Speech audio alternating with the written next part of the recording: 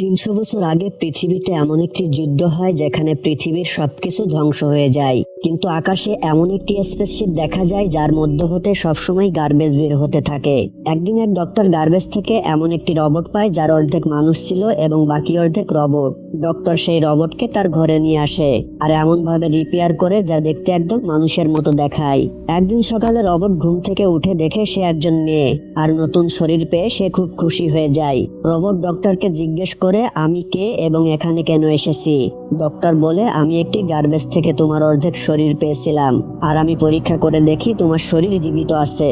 তখন বাড়িতে এনে তোমাকে রিপেয়ার করে শরীরের বাকি অংশটুকু লাগিয়ে দিই। প্রথমবার ডক্টর যখন এলিটাকে দুনিয়া দেখায় তখন সে অবাক হয়ে যায়, আর ডক্টর রোবটটির নাম দেয় এলিটা। এটা শুনে এলিটা খুব খুশি হয়ে যায়।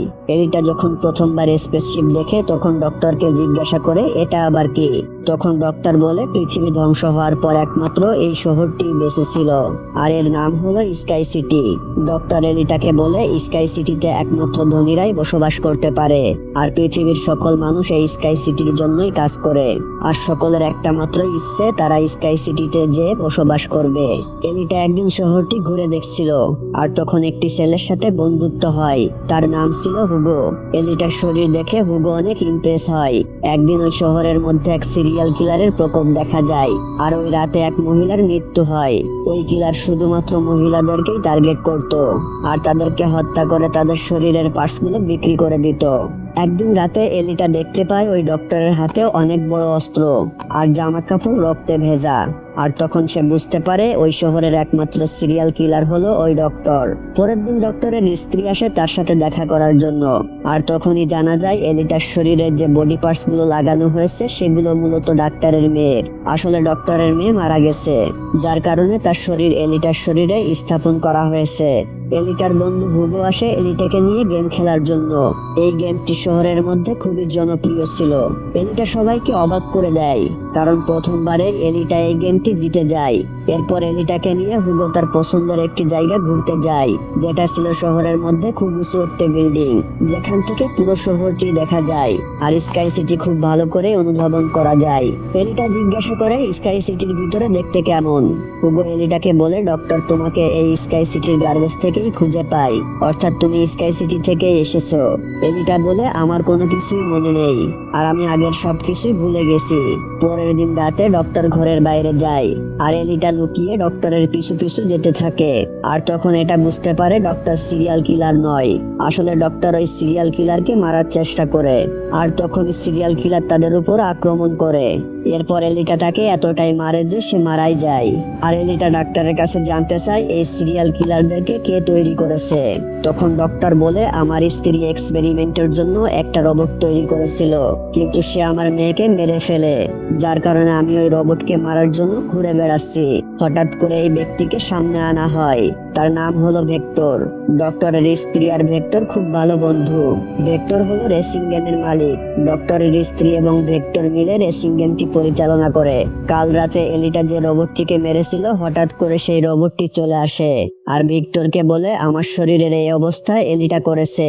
ভেক্টর ধমকের সুরে বলে, তুমি সামান্য একটি বাচ্চার সাথেই পারো না। রোবট বলে, সে বাচ্চা নয়, খুব পাওয়ারফুল একটি মেয়ে। ভেক্টর বলে, তুমি কথা দাও এলিটাকে মেরে আমার সামনে আনবে, তাহলেই তোমাকে রিপেয়ার করা হবে। হুগো আর এলিটা রেসিং গেম দেখতে যায়।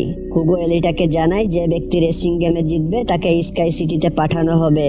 হুগো এলিটাকে এমন একটি জাহাজের কাছে নিয়ে যায় যেটা ছিল ৩০০ বছরের পুরানো। জাহাজটি দেখা মাত্র এলিটা পানির মধ্যে লাফ দেয়, আর সেখানে একটি রোবট খুঁজে পায়, যা ডক্টরের কাছে নিয়ে চলে আসে, আর ডক্টরকে বলে এই রোবটটি তার শরীরের প্রতিস্থাপন করতে। কিন্তু ডক্টর রাজি হয় না, কারণ এই রোবটটি ছিল খুবই পাওয়ারফুল এবং বিপজ্জনক। এটা শুনে এলিটা খুবই রেগে যায়, আর এলিটা তার বন্ধুকে নিয়ে একটি বারে চলে যায় যেখানে শহরের ভয়ঙ্কর রোবটগুলো বসেছিল। আর এলিটা তাদেরকে বলতে থাকে, ডক্টরের মেয়েকে কে মেরেছে? আমি তাকে মারতে এসেছি। হঠাৎ করে এই সিরিয়াল কিলার বলতে থাকে, তুমি তো খুব ছোট একটি মেয়ে, কিভাবে সেই ভয়ঙ্কর রোবট গুলোকে মারবে? আর আমি নিজেই সেই ভয়ঙ্কর রোবট। এটা শোনার পরে এলিটা ওই রোবটকে খুব মারধর করে, যা দেখে সেইখানে থাকা বাকি রোবট গুলো খুব ভয় পেয়ে যায়। আর তখনই ভেক্টরের সেই ভয়ঙ্কর রোবট চলে আসে আর এলিটার উপরে আক্রমণ করে। এক পর্যায়ে রোবটটি এলিটাকে টুকরো টুকরো করে ফেলে। এটা দেখার পর ডক্টর ওই রোবটের উপরে আক্রমণ করে, আর তার গায়ে আগুন ধরিয়ে দেয়। তখন রোবটটি পালিয়ে যায়। ডক্টর এলিটার টুকরো বডিগুলো বাড়িতে নিয়ে আসে আর পরীক্ষা করে দেখে তার শরীরের বিভিন্ন অংশগুলো ধ্বংস হয়ে গেছে। ডক্টর আর কোনো উপায় না পেয়ে এলিটাকে সেই রোবটটির সঙ্গে জোড়া লাগিয়ে দেয়, যে রোবটটি এলিটা জাহাজের মধ্যে পেয়েছিল। পরের দিন সকালে যখন এলিটা ঘুম থেকে ওঠে তখন তার নিজের কাছে খুব আনন্দ লাগছিল, কারণ সে এখন খুব শক্তিশালী একটি রোবট। একদিন এলিটা তার বন্ধু হুগোর কাছে যায় তার নতুন বডি দেখানোর জন্য। হুগো খুব খুশি হয়ে যায় এলিটার নতুন বডি দেখে। এলিটা হুগোর কাছে জানতে চায় কিভাবে স্কাই সিটিতে যাওয়া যাবে। হুগো জানায় স্কাই সিটিতে যাওয়ার জন্য অনেক পয়েন্ট দরকার হয়, আর এই পয়েন্ট অনেক টাকার বিনিময়ে কিনতে হয় অথবা রেসিং গেম খেলে অর্জন করতে হয়। এলিটা তার পরানকে বের করে হুগোকে বলে, তুমি এই পরানটি বিক্রি করে স্কাই সিটিতে চলে যাও, আর আমার এই পরানটি অনেক দামে বিক্রি করতে পারবে, কারণ এই পরানটি খুব পাওয়ারফুল। কিন্তু হুগো বলে, এই পরানটি আমার কোনো দরকার নেই, এটা তোমার কাছে রেখে দাও, আর তুমি রেসিং গেমে অংশগ্রহণ করো।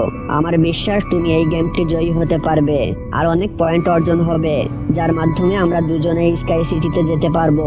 এটা শোনার পরে এলিটা ওই গেমে অংশগ্রহণ করতে চায়, কারণ সে হুগোকে পছন্দ করে আর তাকে নিয়ে স্কাই সিটিতে যেতে চায়। এরপরে ভেক্টরকে দেখা যায়, সে কিছু রোবট ভাড়া করে নিয়ে আসে এলিটাকে মারার জন্য। ভেক্টর সবাইকে জানিয়ে দেয়, যদি তোমরা এলিটাকে মারতে পারো তাহলে তোমাদের সবাইকে $5 মিলিয়ন উপহার দেওয়া হবে, যার বিনিময়ে তোমরা স্কাই সিটিতে পৌঁছাতে পারবে। এরপর রেসিং গেমটি শুরু হয়, আর গেমে অংশগ্রহণ করার সমস্ত রোবট এলিটার উপরে আক্রমণ করে এলিটাকে হত্যা করার জন্য। কিন্তু এলিটা তাদের থেকে কম নয়। গেমের মধ্যে এলিটা এক এক করে সবাইকে মারতে থাকে, আর তখনই হুগোর ফোন আসে এলিটার কাছে। হুগো জানায় তাকে মারার জন্য ভিক্টরের সিরিয়াল কিলার তার পিছু নিয়েছে। এলিটা তখনই গেমটি ছেড়ে চলে যায় হুগোকে বাঁচানোর জন্য, আর এলিটা হুগোকে বাঁচিয়ে নেয়। তখন শহরের বড় ডিসপ্লেতে দেখা যায় হুগো একজন খুনি, এবং তাকে যে মারতে পারবে তাকে $30,000 পুরস্কার দেওয়া হবে। তখন হুগোকে মারার জন্য শহরের বিভিন্ন প্রান্তে পুলিশ ছড়িয়ে পড়ে, আর এলিটার সামনে এক রোবট হুগোকে ছুরি ঢুকিয়ে দেয়, আর হুগো আস্তে আস্তে মারা যায়। তখন ডক্টরের স্ত্রী চলে আসে, আর এলিটাকে বলে, তুমি যদি হুগোকে বাঁচাতে চাও তাহলে হুগোর মাথা কেটে আমার সঙ্গে নিয়ে আসো, আর আমি রোবটের সঙ্গে জোড়া লাগিয়ে দেব। এলিটা মনে করে ডক্টরের স্ত্রী হয়তো ভালো হয়ে গেছে, আর তাই এলিটা হুগোর মাথা কেটে ফেলে। আর তখন ডক্টরের স্ত্রী হুগোর বডি রিপেয়ার করতে অস্বীকৃতি জানায়। এলিটা খুব কষ্ট পেয়ে হুগোর মাথা নিয়ে ডক্টরের কাছে চলে আসে, আর ডক্টরকে বলতে থাকে, আপনি হুগোকে বাঁচিয়ে দিন, আমরা দুজনে স্কাই সিটিতে চলে যাব। সে বলেছে স্কাই সিটিতে যেতে হলে অনেক টাকার প্রয়োজন হয়, আর আমি হুগোর মাথা কাটার জন্য $30,000 পেয়েছি। এটা শোনার পর ডক্টর বলতে থাকে, হুগো তোমাকে ধোকা দিয়েছে, কারণ স্কাই সিটিতে যেতে হলে একমাত্র স্কাই সিটিতেই জন্মগ্রহণ করতে হয়।